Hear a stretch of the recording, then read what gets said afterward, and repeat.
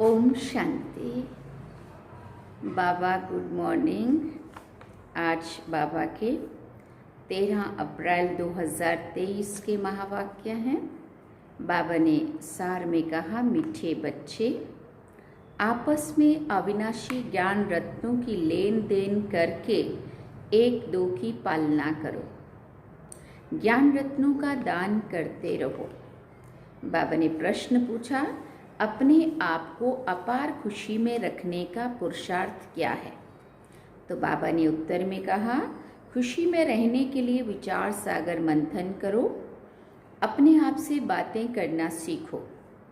अगर कर्म भोग आता है तो खुशी में रहने के लिए विचार करो कि ये तो पुरानी जुत्ती है, हम तो 21 जन्मों के लिए निरोगी काया वाले बन रहे हैं। जन्म जन्मांतर के लिए ये कर्म भोग समाप्त हो रहा है। कोई भी बीमारी छूटती है, आफत हट जाती है तो खुशी होती है ना। ऐसे विचार कर खुशी में रहो। गीत सुना माता ओ माता। ओम शांति। ये है माताओं की महिमा। वंदे मातरम। हे माता, तुम शिव बाबा की भंडारे से सबकी पालना करती हो। किस प्रकार की पालना करती हो? बाबा ने फिर पूछा। अविनाशी ज्ञान रत्नों की पालना करती हो अथवा ज्ञान अमृत के कलश से तुम्हारी पालना होती है। तुमको शिव बाबा के भंडारे से अविनाशी ज्ञान रत्नों का खजाना मिलता है। वास्तव में महिमा शिव बाबा की ही है। वो करण करावनहार है, माता है जगदम्बा। जरूर और भी माताएं होंगी। ये तो महिमा माताओं की है। माता हमारी बहुत अच्छी पालना करती है। शिव बाबा के यज्ञ में जो रहने वाले हैं उन्हों की भी पालना होती है और अविनाशी ज्ञान रत्नों से भी माताओं द्वारा पालना होती है। मेजॉरिटी माताओं की है। बहुत है जो भाई बहनों की पालना करते हैं, जो भाई भी बहनों की पालना करते हैं। दोनों एक दो से ज्ञान रत्नों की लेन देन करते एक दो की पालना करते हैं। भाई बहन का, बहन भाई का बहुत ज़रूरी रूहानी प्यार होता है। बहुत रूहानी प्यार होता है। इस दुनिया में तो एक दो के दुश्मन भी होते हैं, एक दो को विकार ही देते हैं। यहाँ अविनाशी ज्ञान रत्नों का खजाना देते हैं। तुम हो भाई बहन, ब्रह्मा कुमार कुमारियाँ। तुम्हारा नाम भी बहुत भारी है। प्रजापिता ब्रह्मा के जरूर कुमार कुमारियाँ होंगे। ये बुद्धि से काम लिया जाता है। गीत में माताओं की महिमा है। जगत अम्बा सरस्वती है तो ज़रूर और भी बच्चे बच्चियाँ होंगे, गोया फैमिली होगी। ये भी समझने की बात है ना। प्रजापिता ब्रह्मा लिखा हुआ है ना। ब्रह्मा को कहा जाता है प्रजापिता, तो ज़रूर कोई समय ब्रह्मा द्वारा प्रजा रची गई होगी। ब्रह्मा है साकारी सृष्टि का पिता। गया हुआ है प्रजापिता ब्रह्मा द्वारा ब्राह्मण कुल की रचना हुई। आदि सनातन पहले पहले ब्राह्मण हो जाते हैं। वास्तव में आदि सनातन देवी देवता धर्म कहना ये रॉन्ग है। वो तो है सतयुग का धर्म। ये आदि सनातन ब्राह्मणों का धर्म जो है वो प्राय लोप हो गया है। देवता धर्म से भी पहले ये ब्राह्मण धर्म है जिसको चोटी कहते हैं। बाबा ने कहा, इनको कहा जाएगा संगम युगी आदि सनातन धर्म, ब्राह्मण धर्म। कितना अच्छा राज है समझाने का। वैसे भी चोटी सबसे ऊंच दिखाते हैं ना, तो संगम युगी ब्राह्मण जन्म सबसे सर्वश्रेष्ठ है ना। हीरे जैसा जीवन है और संगम युग सरम से पुरुषोत्तम युग है। तो बाबा ने कहा तभी तो ब्राह्मणों को चोटी दिखाते सर्वोत्तम। बाबा ने समझाया है, पहले जब कोई आते हैं तो उनको बाप का परिचय दो। यह है मुख्य। ब्राह्मणों की तो राजधानी है ही नहीं। लिखा जाता है सतयुगी डीटी वर्ल्ड सावरंटी तुम्हारा ईश्वरीय जन्म सिद्ध अधिकार है। देवी देवता धर्म तो बरोबर है, परंतु उन्हों को ये राजधानी कब और कैसे मिलती है वो भी समझाना पड़ता है। इसलिए त्रिमूर्ति चित्र सामने रखना जरूर है। इसमें लिखा हुआ है स्वर्ग की बादशाही जन्म सिद्ध अधिकार है। फिर बाबा ने पूछा किस द्वारा? वो भी लिखना पड़े। ये बोर्ड बनवाकर हर एक अपने घर में लगा दें।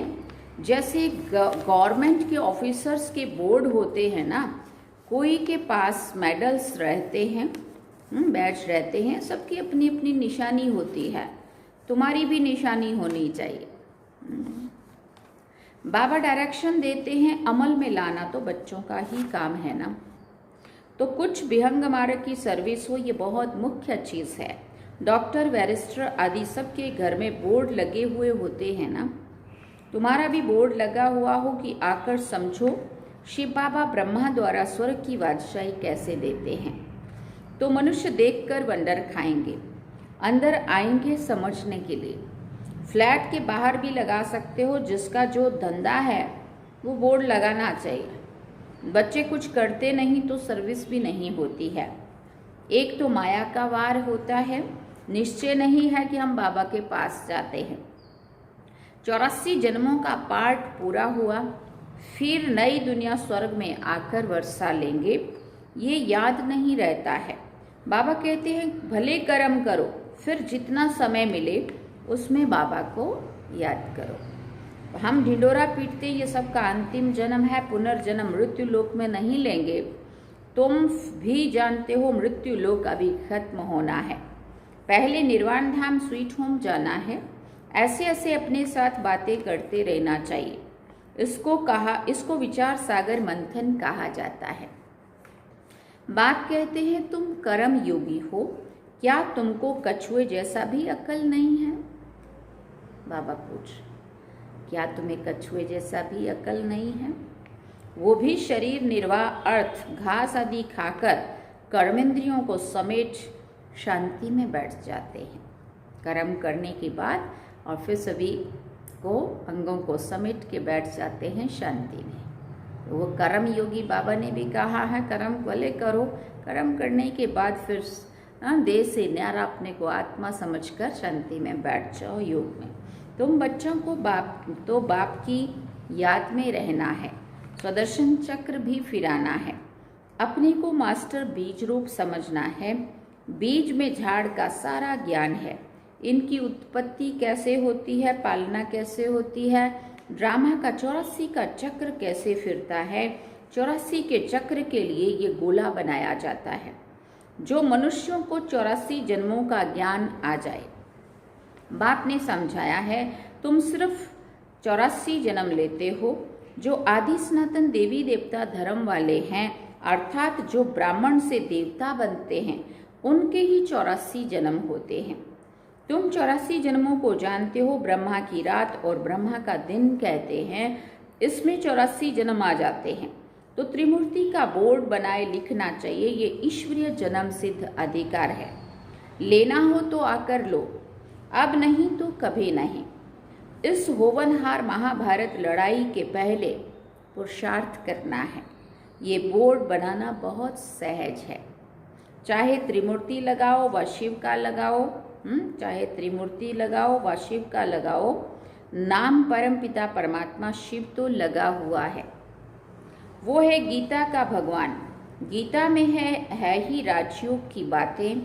तब हम लिखते हैं दैवी स्वराज्य ईश्वरीय जन्म सिद्ध अधिकार है।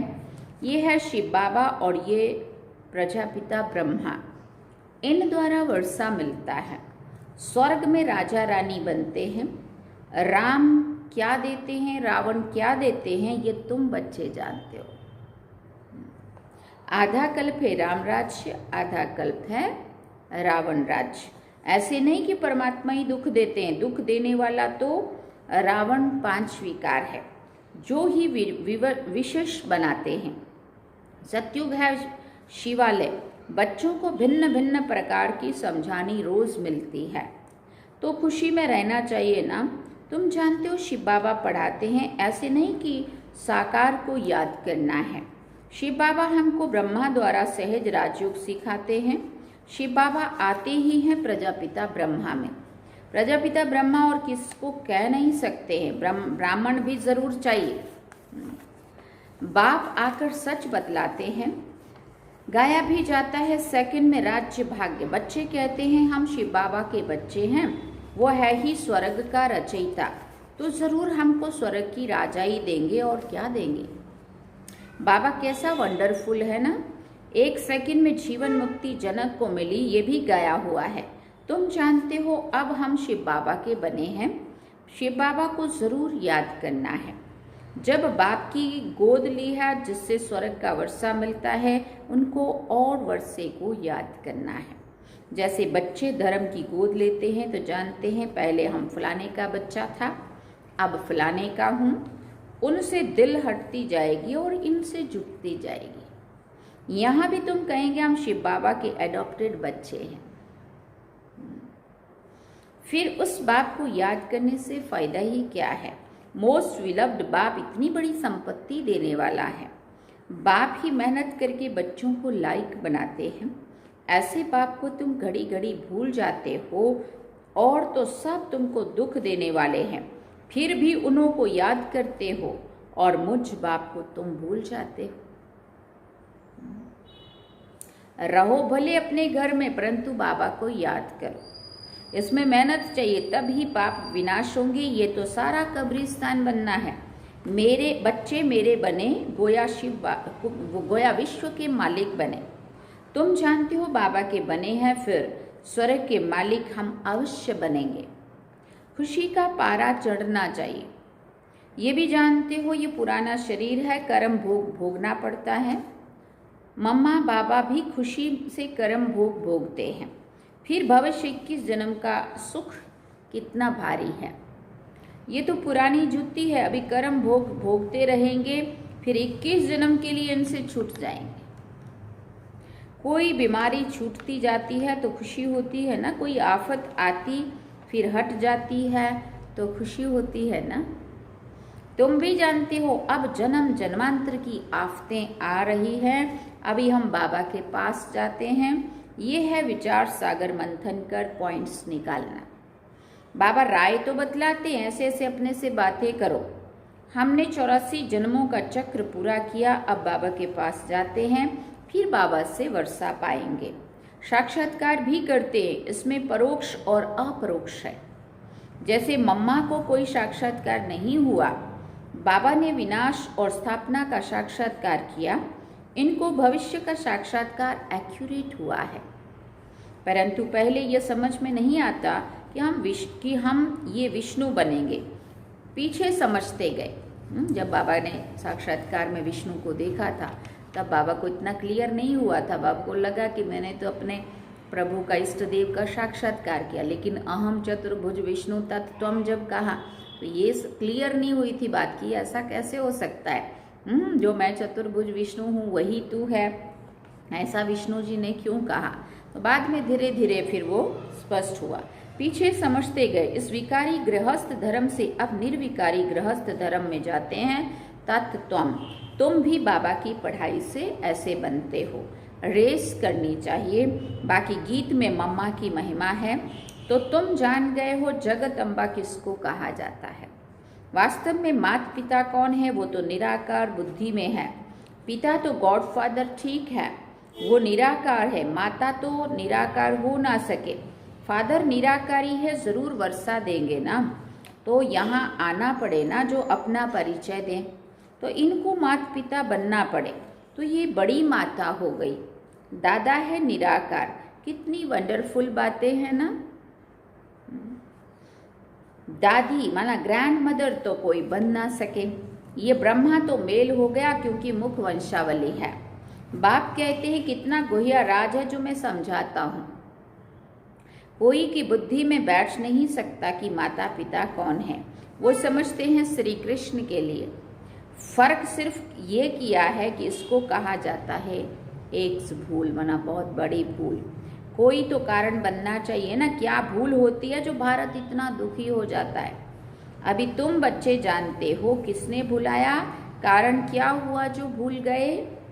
बरोबर माया रावण ने बेमुख कर दिया है। जैसे बाबा करण करावनहार है वैसे माया भी करण करावनहार है। बाप करण करावनहार सुखदाता है, वो करण करावनहार दुखदाता है। माया बाप से बेमुख कर देती है।